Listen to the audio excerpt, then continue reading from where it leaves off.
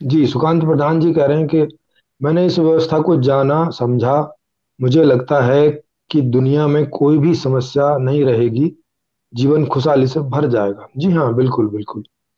अभी वो उसकी बात कर रहे हैं सुकांत प्रधान जी, जो अर्थशास्त्र मैंने बताया है, जो कि आगे आने वाले शिविर में आगे आने वाले शिविर में कोई दिन उस पर चर्चा होगी, तो उसको आप समझेंगे कि इसका जो सही अर्थशास्त्र है, जो 100 के 100 लोगों को भरपूर हर तरह से खाना दे सके, माने उस उदाहरण में आप देखें तो ऐसा अर्थशास्त्र।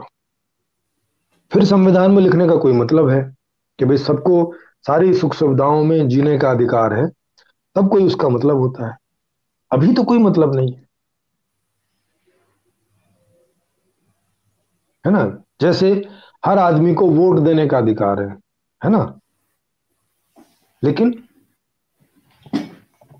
खड़े होंगे चोर उचक्के और ऐसे वैसे नेता, अनपढ़ गंवार, जिन्हें नेतागिरी का नाम तक, जिनको उसकी डेफिनेशन तक नहीं पता, खड़े वो होंगे तो अब तो उन्हीं में से किसी को वोट करोगे ना फिर।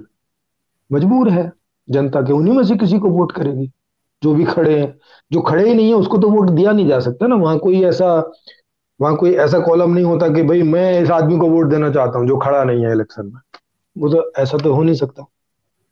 जो खड़े हैं उन्हीं में से वोट दे सकते हैं, और जो खड़े हैं वो अधिकांश लोग जो हैं वो सब एक ही जैसे हैं।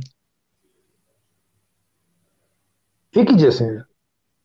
थोड़ा बहुत माइनस प्लस है, और उतना बारीक माइनस प्लस जनता कैसे जाने। वो तो मोटा मोटा करके देखती है, मोटे मोटे में उन्हें जो ठीक लगता है उसको वोट दे देते हैं। और उसका ये परिणाम है जो हम देख रहे हैं सब सामने।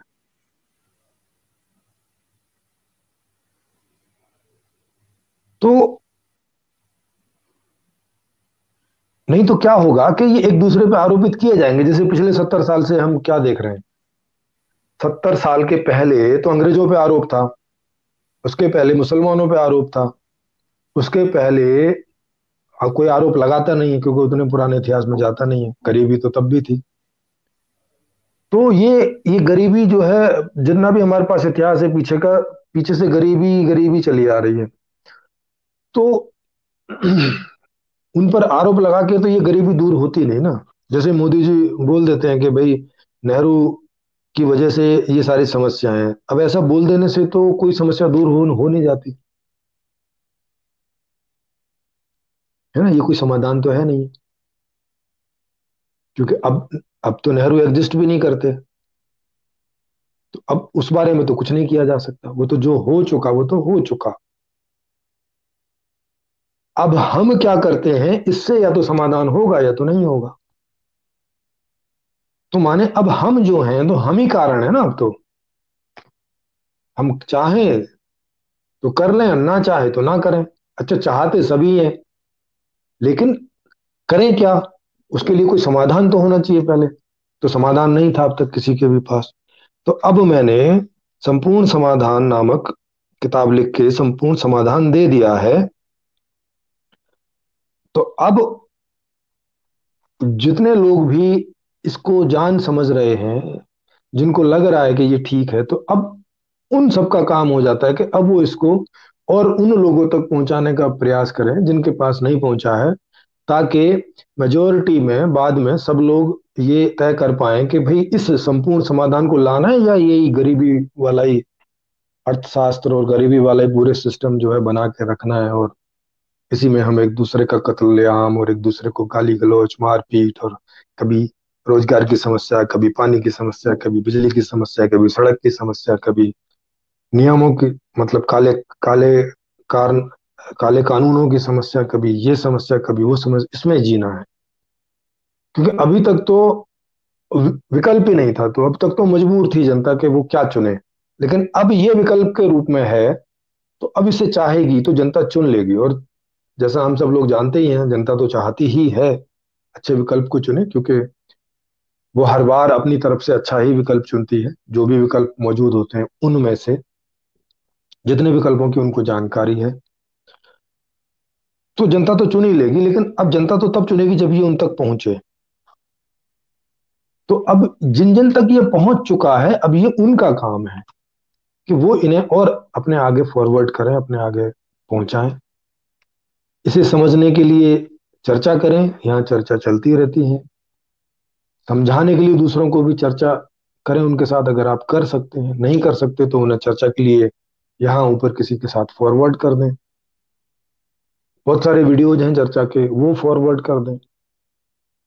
तो अब ये काम उन लोगों पर आ जाता है जिनको ये विकल्प पहुंच चुका है, क्योंकि जब विकल्प पहुंचेगा तभी चुनने का स्टेप आएगा। अगर विकल्प ही नहीं पहुंचा है तो चुनने का स्टेप तो आएगा नहीं फिर।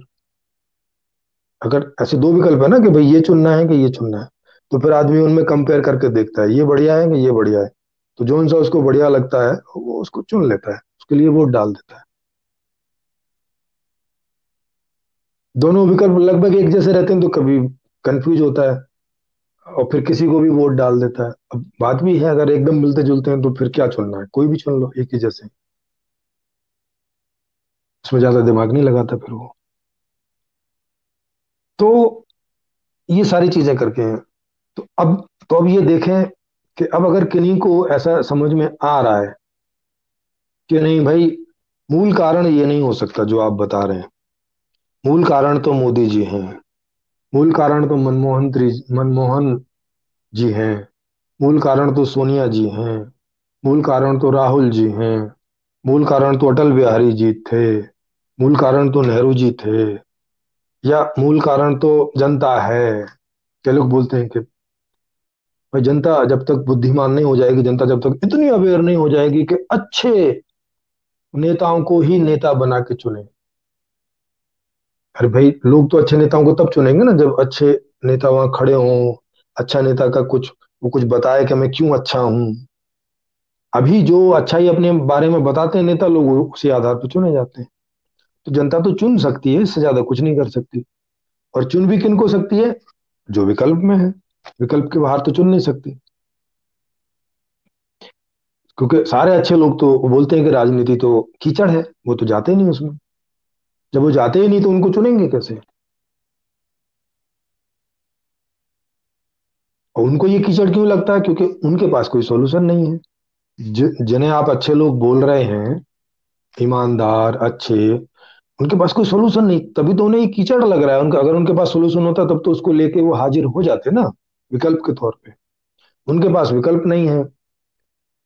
जिनके पास मौजूदा विकल्प है, जो आपके सामने ही है, वो खड़े हो जाते हैं इसी विकल्प के सामने झूठ बोल के कि हम 2 करोड़ नौकरी देंगे, हम आपकी लाइफ ही अच्छी कर देंगे, हम वो अच्छी कर देंगे, हम भ्रष्टाचार मिटा देंगे, हम वो जो भी वो जितने सारे वादे करते हैं, सबका साथ सबका विकास कर देंगे।